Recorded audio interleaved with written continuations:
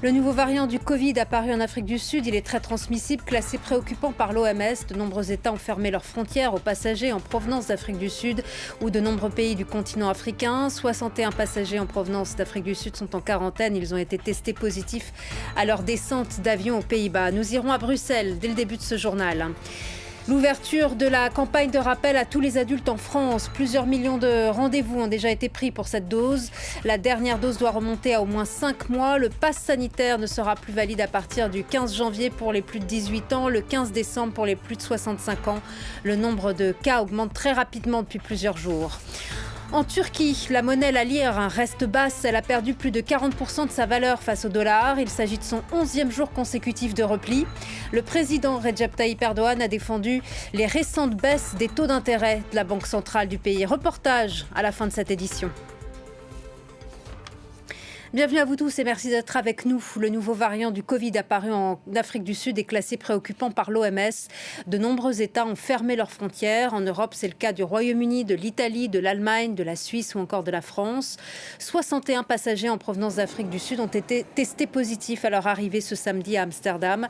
Seulement 35% de la population est vaccinée en Afrique du Sud. La Commission européenne appelle à suspendre les liaisons aériennes. On retrouve Pierre Benazet, notre correspondant à Bruxelles. Malgré cette fermeture des frontières, l'inquiétude demeure en Europe. Oui, effectivement, puisqu'on a déjà 2 cas avérés de la variante Omicron qui ont été détectés. Un cas en Allemagne, on l'a appris aujourd'hui. Un cas en Belgique, on le sait depuis hier après-midi, d'hier soir plutôt. Une personne qui était en vacances en Égypte et qui est rentrée via la Turquie. Elle n'a en revanche que peu de symptômes, une légère fièvre. Donc les autorités sanitaires belges ne sont pour l'instant pas trop inquiètes. Il y est certain en revanche qu'aux Pays-Bas, l'inquiétude est beaucoup plus tangible, car ces passagers dont vous parliez qui ont été testés positifs, ils étaient sur 2 vols arrivés à l'aéroport d'Amsterdam-Schiphol. 531 passagers ont été testés négatifs. Ceux qui étaient en transit ont pu poursuivre leur voyage. En revanche, ceux qui résident aux Pays-Bas doivent entrer en quarantaine pour 10 jours. Ceux qui ont été testés positifs, les doutes, évidemment, sont importants aux Pays-Bas. L'inquiétude est importante sur la présence ou non de la variante Omicron. Il y a donc à nouveau des tests, des réexamens qui ont été décidés ce matin. Les Néerlandais retestent ces personnes testées positives. L'espoir est évidemment qu'il n'y ait pas la variante Omicron. Et puis tous les autres passagers en provenance des pays d'Afrique australe, les 7 pays avec lesquels l'Union européenne suspend les liaisons aériennes, ces passagers-là devront entamer tous une quarantaine de 5 jours et se faire retester. Merci beaucoup Pierre Benazet pour toutes vos précisions. Merci à vous. En sait-on plus sur ce nouveau variant, sa contagiosité et sa virulence?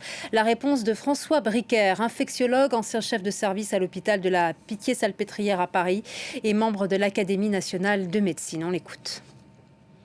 On commence à avoir un certain nombre d'informations qui effectivement sont un peu préoccupantes dans la mesure où les mutations qui ont été constatées permettent sans doute une meilleure transmissibilité, une meilleure multiplication de ce virus et avec surtout une possibilité peut-être, c'est à confirmer, de réduction d'efficacité de la protection qu'on aurait pu acquise par les vaccins. Tant que le virus circule, il mute. Est-il amené à muter avec des formes plus contagieuses, voire plus virulentes? Ou peut-on espérer que sa capacité de mutation va s'arrêter? Alors ça, c'est une question difficile parce que les coronavirus, normalement, autant qu'on les connaissait, avaient des capacités de mutation, mais des capacités qu'on pouvait qualifier de relativement limitées. Et puis là, c'est démenti avec ce coronavirus actuel. Les mutations se succèdent les unes les autres. Certaines sont sans importance, mais d'autres peuvent avoir des conséquences. Et c'est la raison pour laquelle la surveillance doit être extrêmement attentive. Et pour vous, la France a-t-elle raison de suspendre ses vols en provenance d'Afrique du Sud? Oui, je pense que c'est prudent dans la mesure où il y a un variant qui est potentiellement, on va dire, agressif. Il est logique que, jusqu'à ce qu'on n'ait pas de précision supplémentaire, on prenne des mesures de fermeture. Lancement aujourd'hui de la campagne de rappel anti-Covid ouverte à tous les adultes, 5 mois après leur dernière injection en France. Le pass sanitaire sera conditionné à cette nouvelle dose à partir du 15 janvier. Concernant les plus de 65 ans, la date butoir est fixée à un mois plus tôt. Plus de 1000 centres de vaccination sont ouverts. 19 millions de Français sont concernés. Reportage dans la ville de Metz. Vous aviez rendez-vous? Oui. Alors, votre carte vitale, s'il vous plaît, et votre passe sanitaire avec la date de votre dernière injection. Ce centre de vaccination n'avait pas connu autant d'affluence depuis l'été dernier. Ce matin à Metz, les candidats à la 3e dose sont nombreux. Là, on a eu beaucoup de rendez-vous suite à l'annonce qui a été faite il y a quelques jours. Et sinon, beaucoup de personnes viennent sans rendez-vous vu qu'on est un centre qui prend sans rendez-vous du coup. Et dans la file d'attente, beaucoup ont moins de 40 ans. J'ai pris rendez-vous hier matin en fait. Et il y avait pas mal de disponibilité parce que j'ai pris le matin et visiblement l'après-midi c'était un peu plus compliqué. Pour faire face à la forte demande, le responsable du centre a été obligé de rappeler du personnel en urgence. On est passé de 2 médecins à 7 médecins pour les consultations et de 2 infirmières à 11 infirmières pour effectuer la vaccination. Parmi eux, cette infirmière chargée de préparer 1 millier de doses, rien qu'aujourd'hui. Aujourd'hui, je ne devais pas travailler. Au final, il fallait beaucoup de personnel. Donc on est venu à plusieurs pour préparer les vaccins. Grâce à ce personnel, le centre pourra vacciner jusqu'à 1500 personnes aujourd'hui. Oui. Dont Alexandre Tapin, ravi d'avoir pu être vacciné si rapidement. C'est ma 3e injection et c'est très rassurant pour moi. Voilà, donc moi je ne l'aurais pas raté, j'ai même anticipé pour avoir déjà le rendez-vous aujourd'hui. Du côté du stock de doses, l'adjoint au maire se veut rassurant. 1000 flacons, soit 7000 vaccins sont en attente dans le réfrigérateur et d'autres vont encore arriver.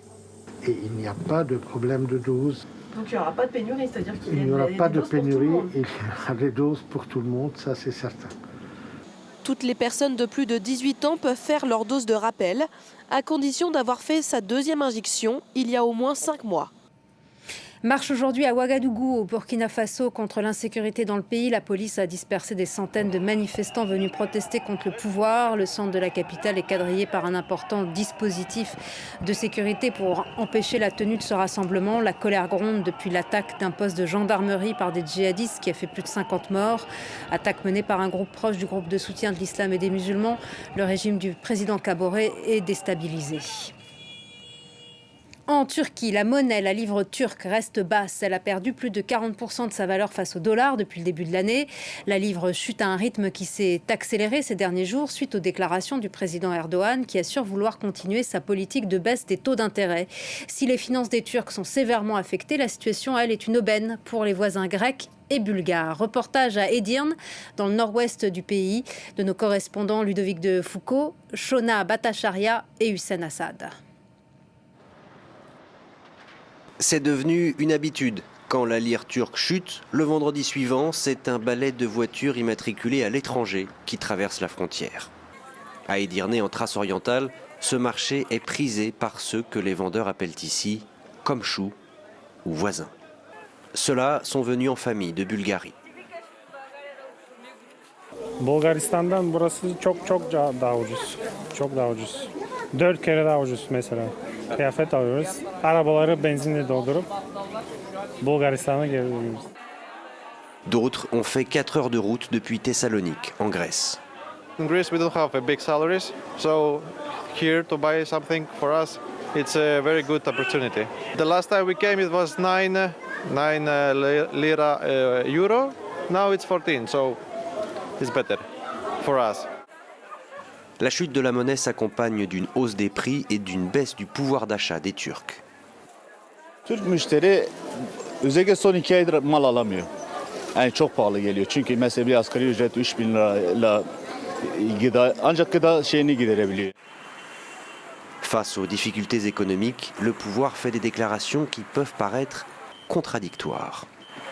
D'un côté, le président se pose en victime d'un complot financier mondial qui aurait pris la Turquie pour cible, mais de l'autre, il cherche à convaincre sa population que même si les temps sont durs, tout est prévu, tout est calculé pour qu'à terme soit favorisée la production, l'emploi et la croissance.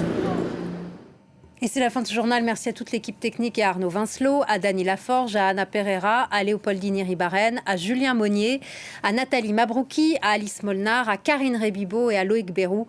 L'information continue sur France 24 en français, en anglais, en arabe et en espagnol. Merci à vous tous.